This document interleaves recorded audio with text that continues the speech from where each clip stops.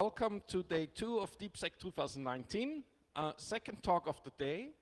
I mean, if you put an IT system that you can't really update or hardly update into a human body, what could possibly go wrong? Here to tell us what actually did go wrong and what the outcome was is Tobias Zillner with 500,000 recalled pacemakers, $2 billion US stock value loss, the story behind. Please give him a very warm welcome. Thank you very much for the nice introduction. Good morning. Happy to see such a big crowd today.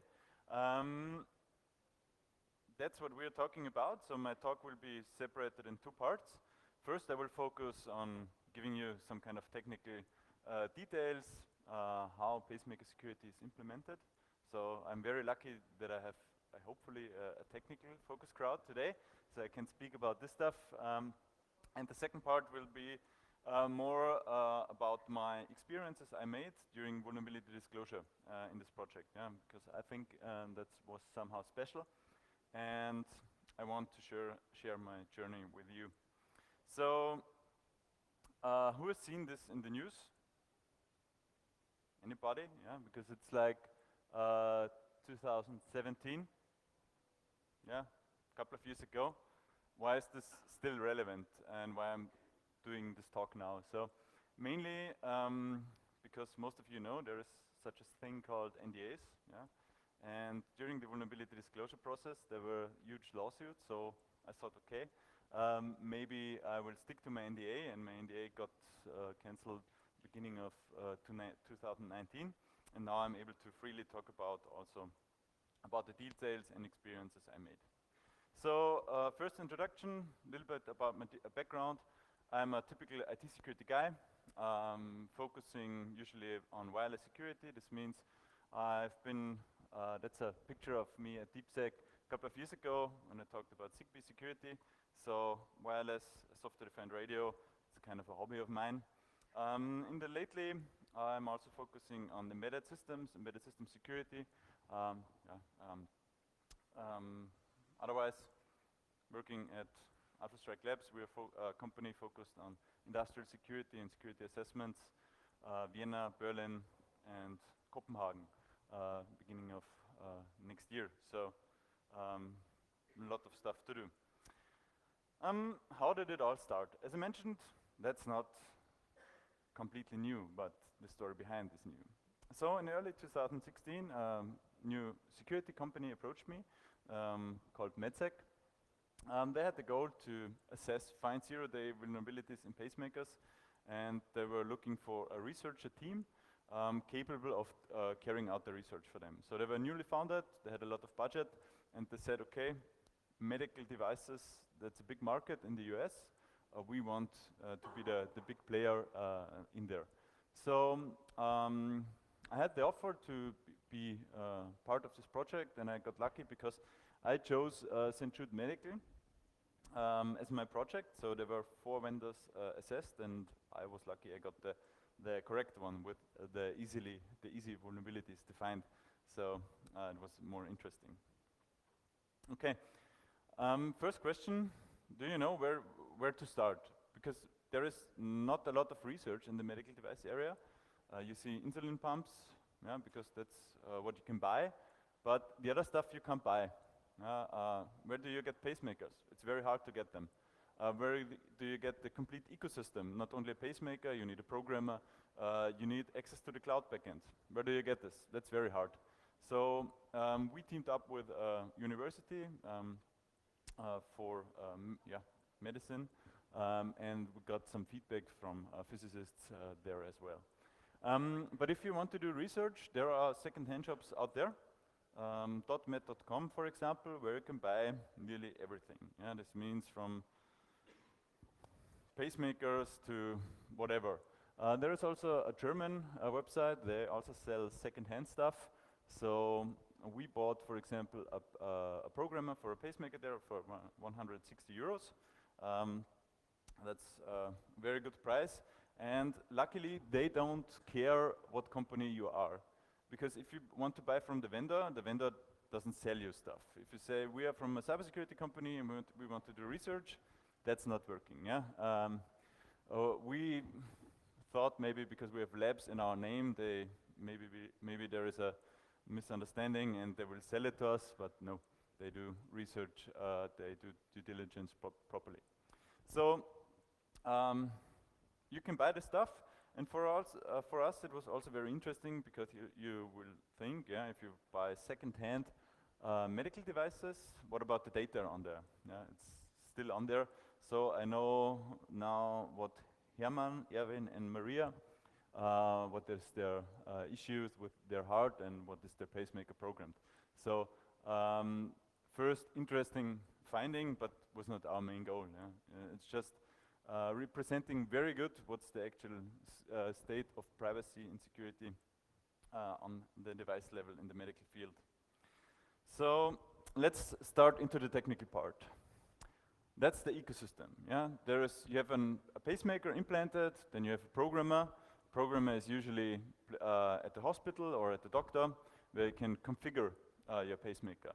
Usually you have to get a wand, it's called. It's like a near-field communication device that wakes up your pacemaker, and then you are able to communicate on a longer distance using wireless communication.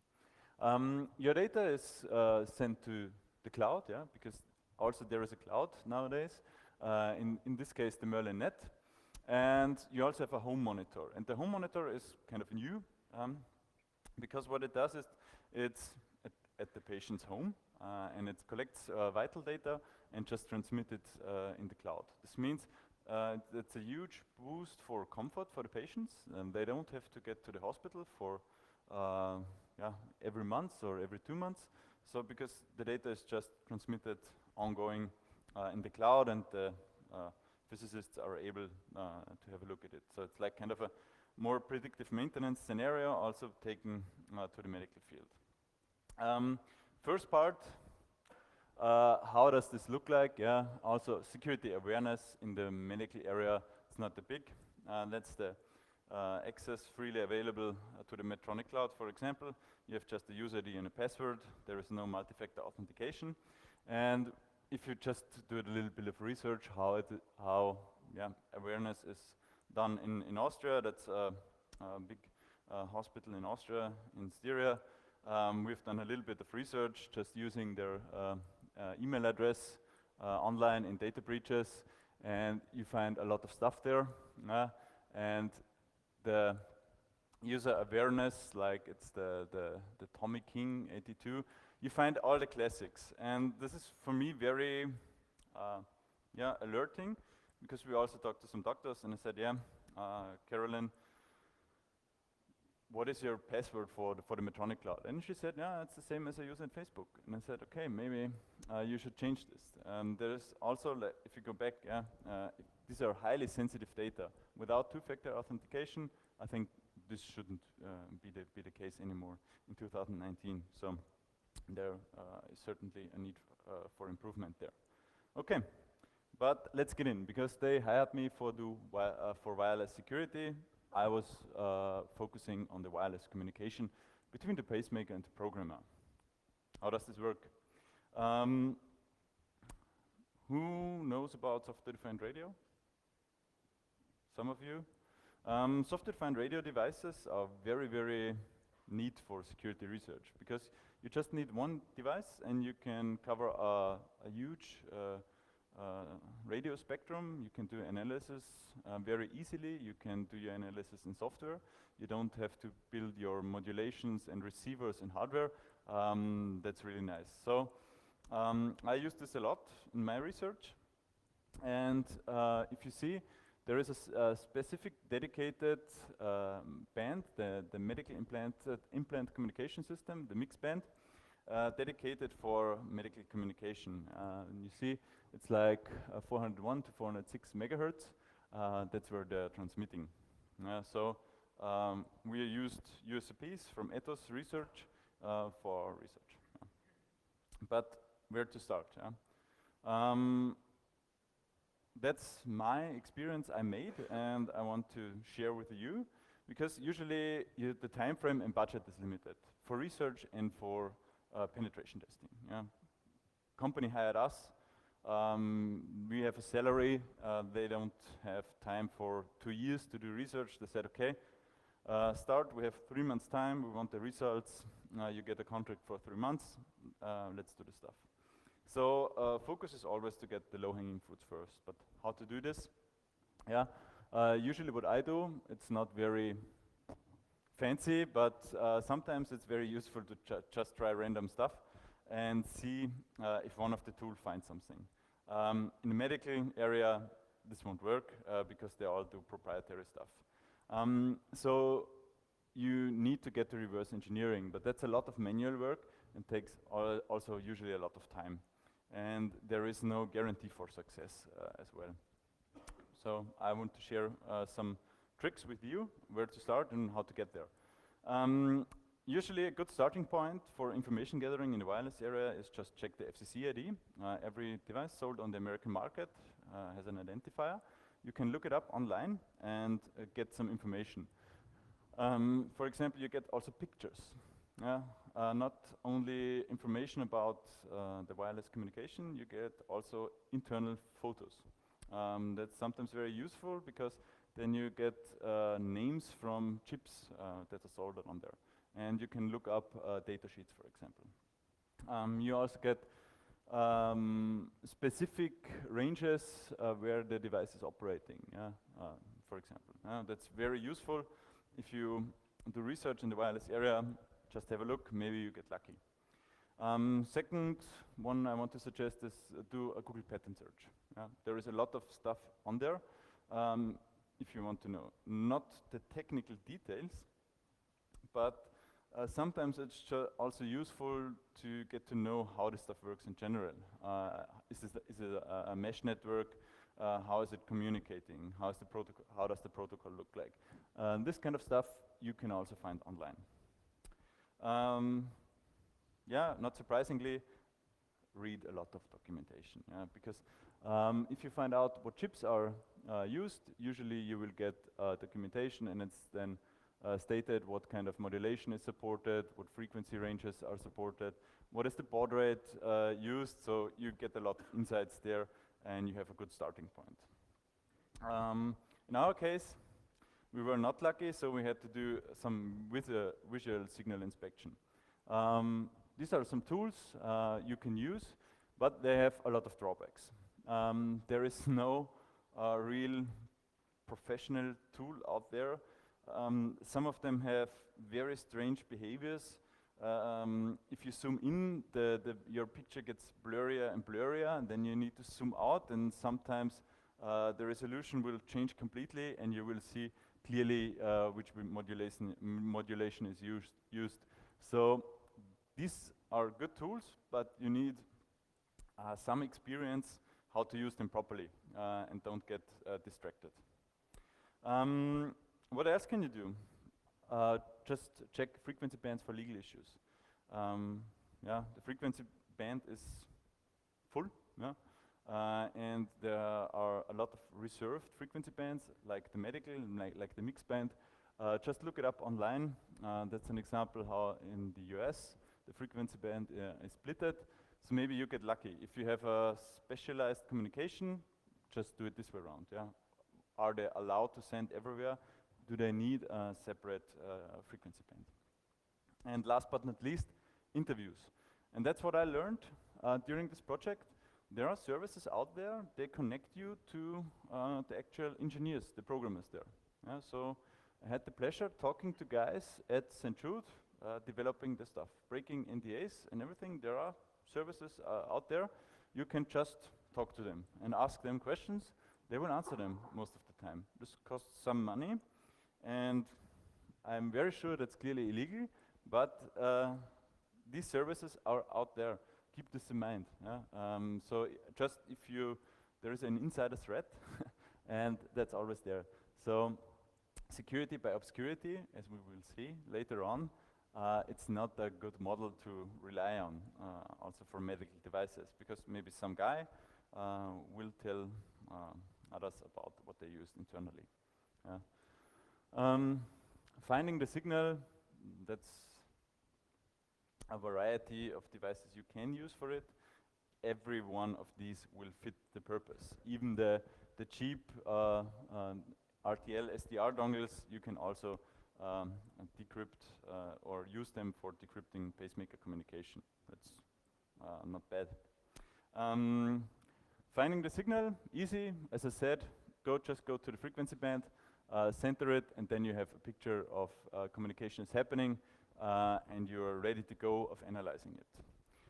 What is the usual process you do? You find the signal, you isolate the channel to get rid of all the interference. Then you try to detect baud rate, symbol rate, synchronize clocks, do some encodings, a lot of stuff. But in reality, it's much easier than that. Yeah? Just to show you, I got sucked very deeply into the stuff, how to reverse engineer stuff. Yeah? I did crazy pattern search algorithms for finding serial numbers in there, how to reverse engineer encodings, data whitening patterns, but none of this was relevant. Why? Because what's the first thing you do in wireless? Just record stuff and replay it. Yeah? Replay attacks are a problem for pacemaker communication, and not in the meaning I can create a shock. Yeah? I can record a shock command and resend it. That's not working. But for example, if you just replay the stuff, your battery will get drained very heavily. And that's a problem for pacemakers because they have no wireless charging.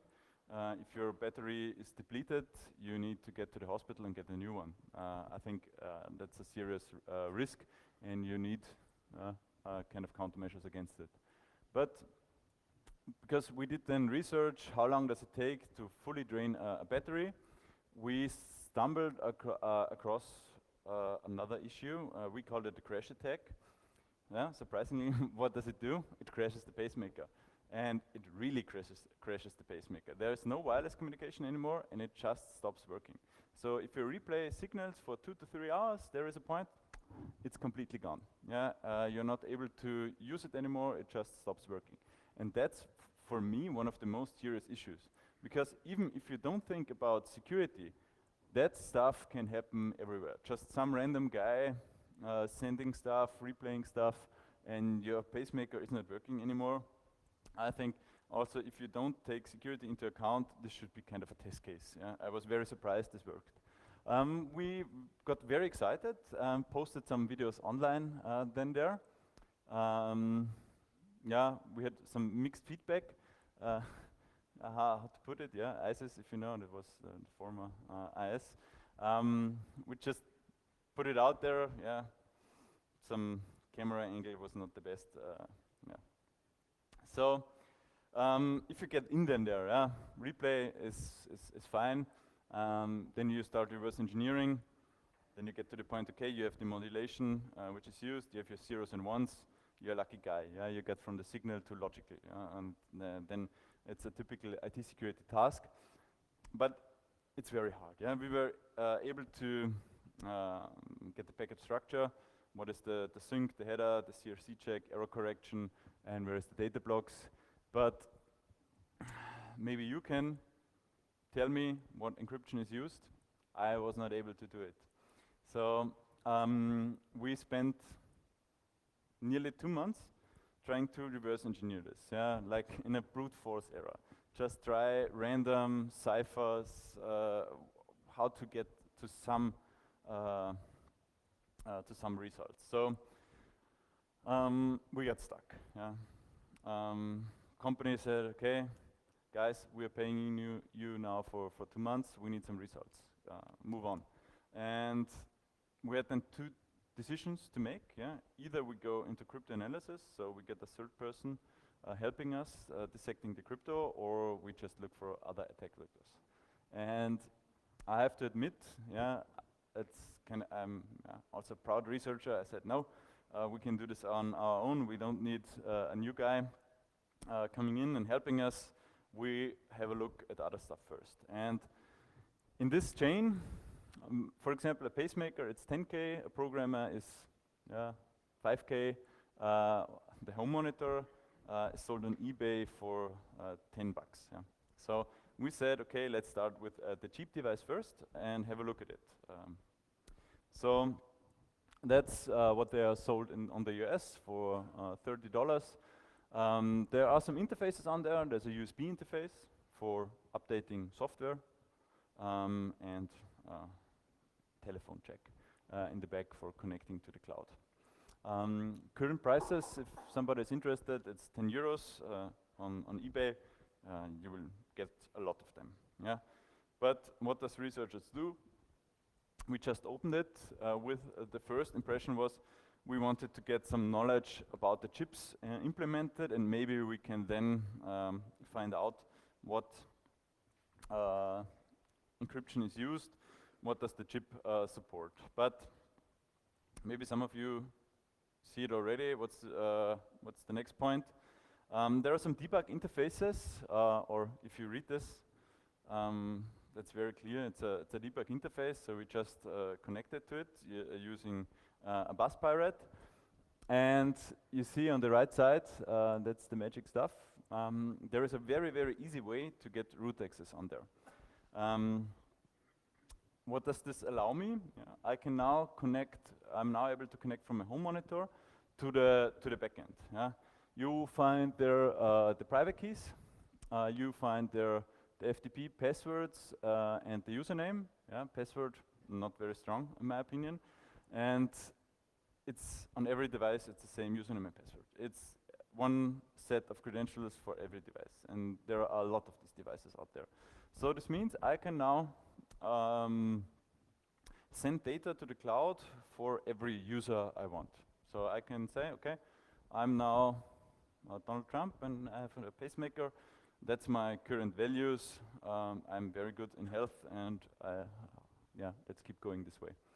To show you how it's done, yeah, because I'm always very surprised how easy it is.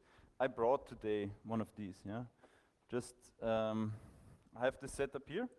I will put it back because otherwise my cable will get out.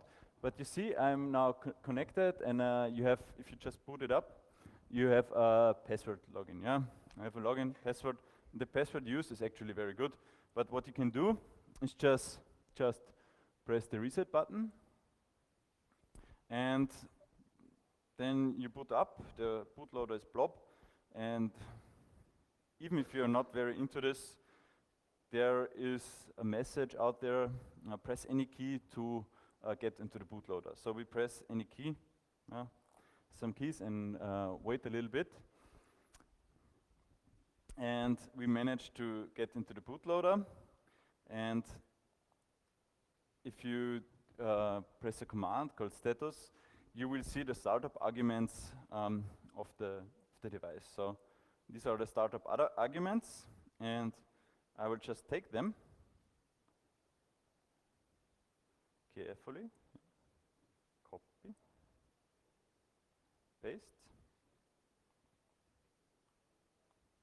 and just add my own argument there, attach it, and what it does now, it starts directly into the shell, and I have now root access on there. And you can use this root access, surprisingly, for everything now. Yeah, you can just have a look what's there, where is it communicating to. So that was a huge source of information for us, because now our next goal was then, okay, I said, software-defined radio is nice, but even better is if you have a device with the correct chip in there that is able to communicate with the pacemaker. Yeah, what else do you want? You have root access there, you can do whatever you want. And the developers were also very nice because they left a lot of debug code on there. So you had a good starting point for research. But this was so easy, we said, okay, yeah, there is also a programmer. Programmer is 1K, let's get this programmer. And the programmer is much more easy. There is a hard drive on there, and what's easier than that? Hard drive is not encrypted, no protection at all. So just read it, and then you find Java jars without any obfuscation. So you just open them and have a look at the code. So, and in this code, everything you need is written. So you don't need to reverse engineer it. Just have a look at it. There is stated, that's our random secret, that's our key to access every pacemaker. So a very easy find. We did 1 week of work, enabled us to do a full communication backend on the home monitor with the users of this code. And the 2 months reverse engineering was kind of wasted, to be honest. But I learned a lot during the reverse engineering. So we use then the home monitor as an attack vector, or as an attacker device, to communicate with the pacemaker. You're now able to deliver emergency shocks, test shocks, because before the implant is happening, pacemaker gets tested. If it's properly working, you can do this also in live. You can make it vibrate. So if you have a neighbor, you can set an alarm for 2 in the morning for them, so that they get regularly, correctly woken up. There are a lot of possibilities. We have videos. They are still on there on Vimeo, where you can see the setup with some explanations also about the medical background. But in the end, you have full control of the device using this vector. Simple game, guessing game. What do you think with which message authentication code is used? No, proprietary, hard-coded, 56-bit DS, or RSA? Who is for A? Some? B?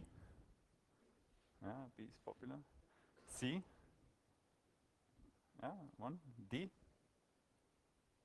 E? Correct answer is C. So, you're the winner. They use a proper algorithm, but 24-bit, come on.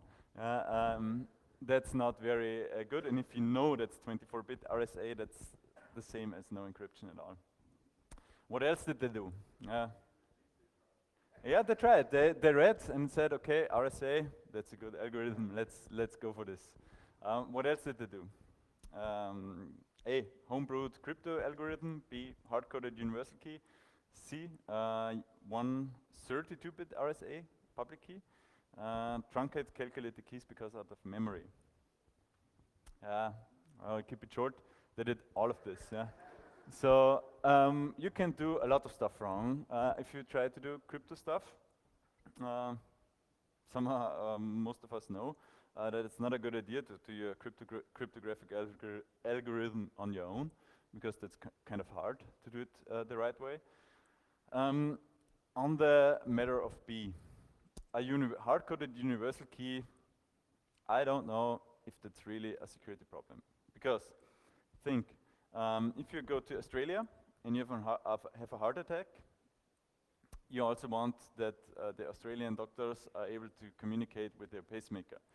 So there needs to be a way to enable the right persons to read the data and connect to it. And what you are basically lacking is kind of trusted third parties to exchange certificates and do some signing stuff. That's not implemented there. So this way, a backdoor code might have some or has some value at the moment for you. Okay, let's sum it up. Within 3 months, we found critical vulnerabilities that can be used for lethal impact. An unauthorized user could do this just over wireless. It's very easy to abuse the debug interface. We've seen it. It's really no magic. It's a lot of insecure storage of source code on different devices, on the home device, the programmer. They also use B-sticks for updates. Yeah, very easy. Simple replay attacks are a huge problem for crashing and do battery depletion attacks. Reprogramming is possible using the wireless area, and that's a very interesting point because maybe you remember at the beginning I told you if you want to program it, you have to get first close by with a wand to activate this communication feature.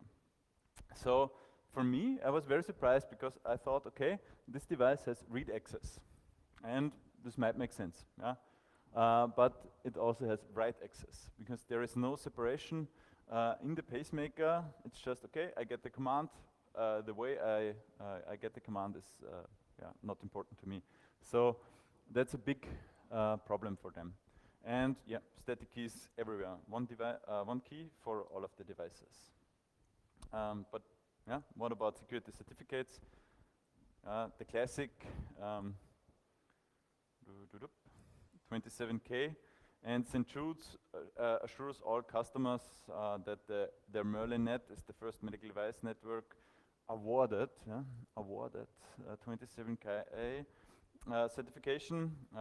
That's a very good information security standard, yeah, but it's not meant for products. If some of you know product certification standards for security, please tell me in the Q&A or later on. A lot of our customers are looking for such things. There is a lot of development, but nothing is finished, as far as I know at the moment, and there is no way you can certify such a device at the moment. Okay, now get to the second part, vulnerability disclosure. What was special? Let's short recap. They hired me for doing security research for them. And what was my expectation is just simply, yeah, new company, cool stuff, 0 days, yeah, go to Black Hat, do a talk, make some marketing, sounds easy. But they choose a different way of handling the vulnerability. So the founder of MedSec was a previous hedge fund manager, and he still knew some guys at Wall Street, and they licensed the research to an investment company called Muddy Waters. And what Muddy Waters is known for is they find problems in the books of companies like accounting fraud or similar, and then publish a report and just do some short selling of the company stock and buy shares from competitors.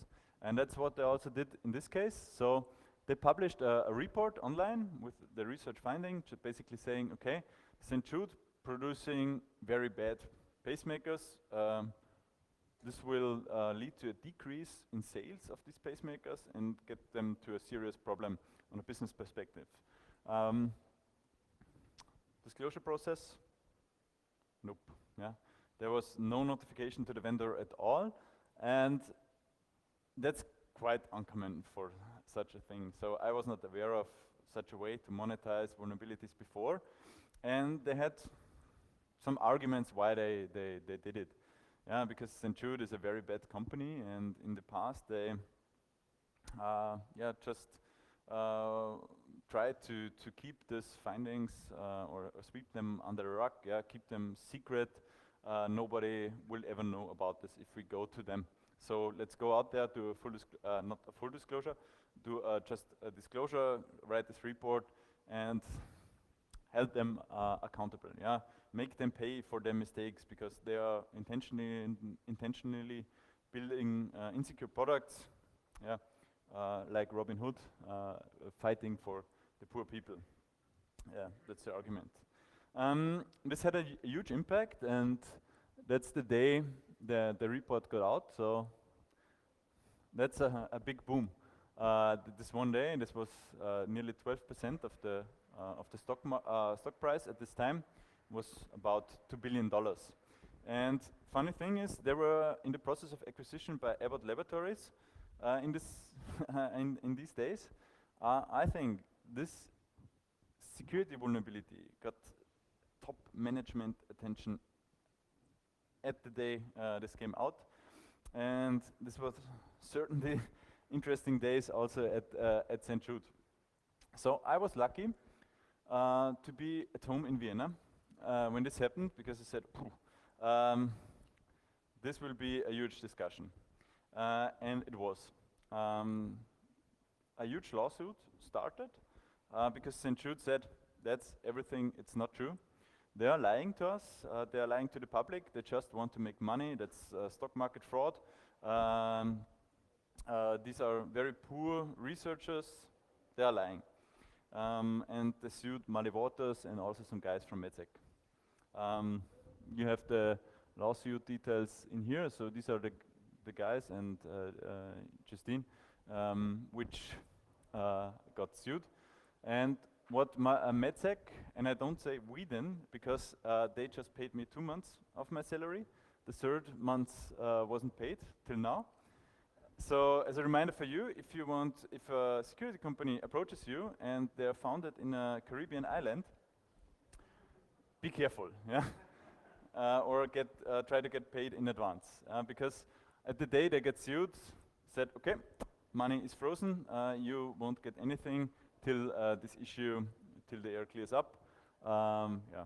What they did then to verify their claims is they hired another company called Bishop Fox. They came in August and tried to verify all of the findings. And yeah, they attested that what we found is true and the technical side is valid. Yeah, that's true. You can do these T-shocks and everything using this device down there. So that was for me very good, because I was focused on the technical part and my reputation was regained. And so, okay, he didn't lie, technical parts were true. There was then a patch in January with the message, yeah, St. Jude is leading the way in cybersecurity, leading the way. In my experience, I would define it differently, but that's their marketing slang for, we are doing good cybersecurity. The patch, what was patched?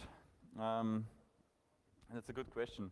They just patched because the Pacemaker home monitor, the device down there, was communicating unencrypted to the backend, to the cloud.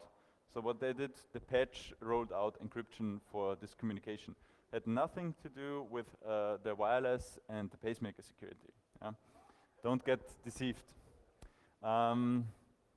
Sorry, that's in German, but some of you might be able to read it.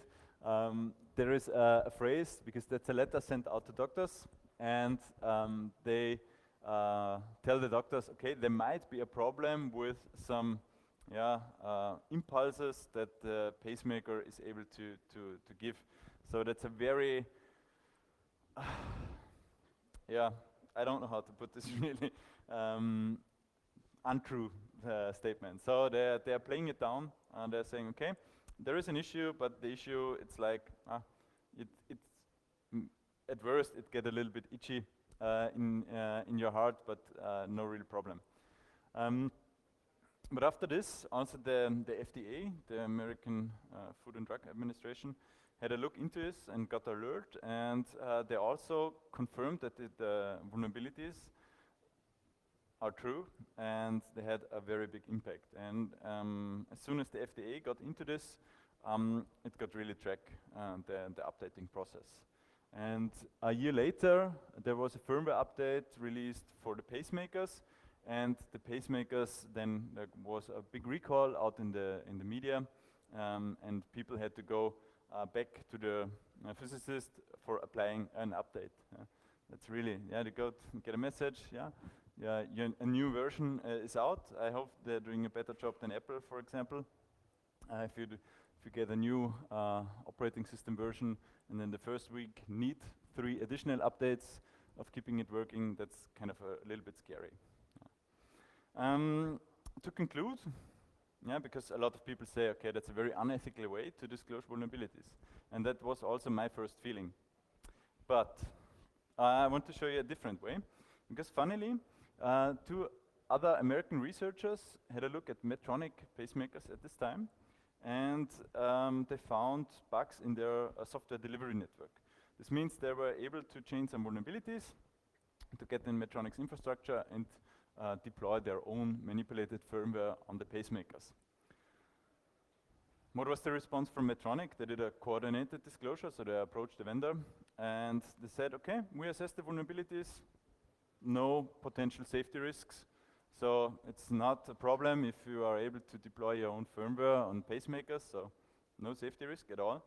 And they take cybersecurity very seriously and will continue in this way. Yeah, I said, okay, I know this stuff. And from the researcher's perspective, that's what they stated. It's very annoying and draining because you talk a lot with the vendor, and the time you invested talking about if it's a problem or not, you could maybe also invest to get a solution, to get a fix. So in the end, this led to 18 months after their initial disclosure to Medtronic. They had still unpatched vulnerabilities. Medtronic downplayed the findings, and they were in discussions if these findings are security vulnerabilities at all. So for me, the question is very valid. In the end, what is the better way? The other way, you have after 1 year, you have a released patch for the pacemaker. So if you just compare the hard facts, that's good. There was no technical details about the vulnerabilities out there, just the report from Muddy Waters, which just described on very high level what's the impact. And if you compare it to the Medtronic way, and this way, if you do vulnerability research, this happens very often because especially in areas where no one or where they are not very familiar with cybersecurity and how to handle vulnerabilities. So I think that's a very good point for discussion, how to handle this. Still, I'm not sure. So what to take away from the session? If it's not secure, it's not safe. If you ever do safety and it's connected, security needs to be a part of it. ISO 27001 certificate, it's not equal I'm security. I'm secure. Yeah, I think I don't need to tell you this, but don't fall for the marketing of it. Comfort boosts in medical devices, more connectivity, wearables, everything.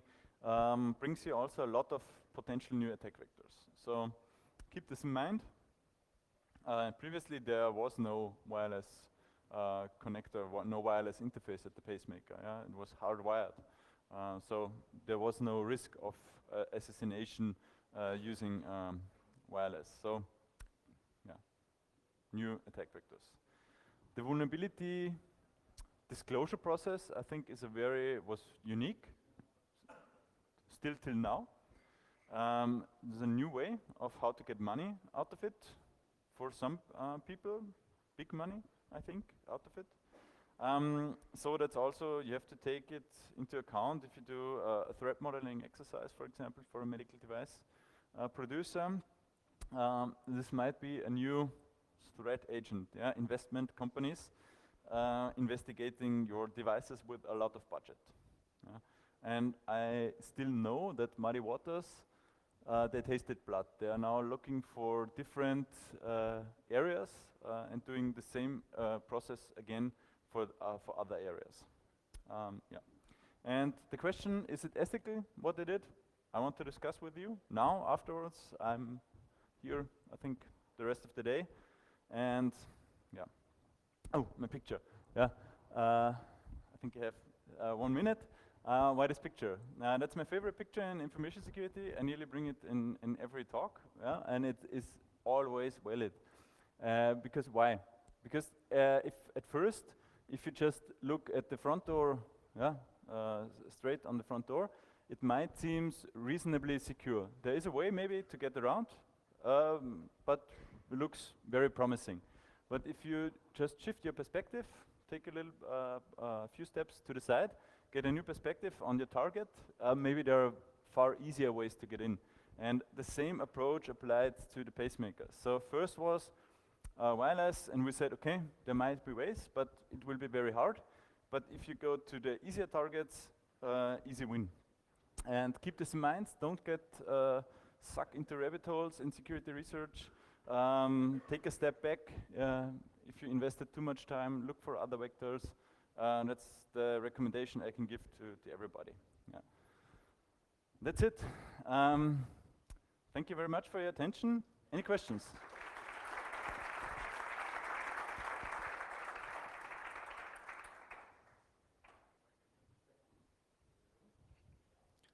Thank you, Tobias. We have time for a few questions. If you have questions, please raise your hand. Coming. So there was no security fraud case brought against Muddy Waters? Because that was like the most obvious case of security fraud I've ever seen.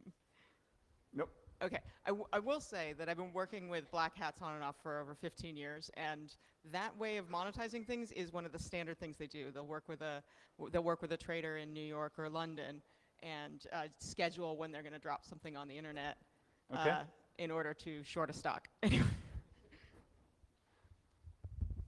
One way to finance your operations. Yeah. Other questions? You're all waiting for the coffee, right? Well, in that case, if there are no further questions, you're around for the rest of the day, so just grab him if you have any more questions. And please give another round of applause to Tobias. Thank you very much, and well, enjoy your coffee break.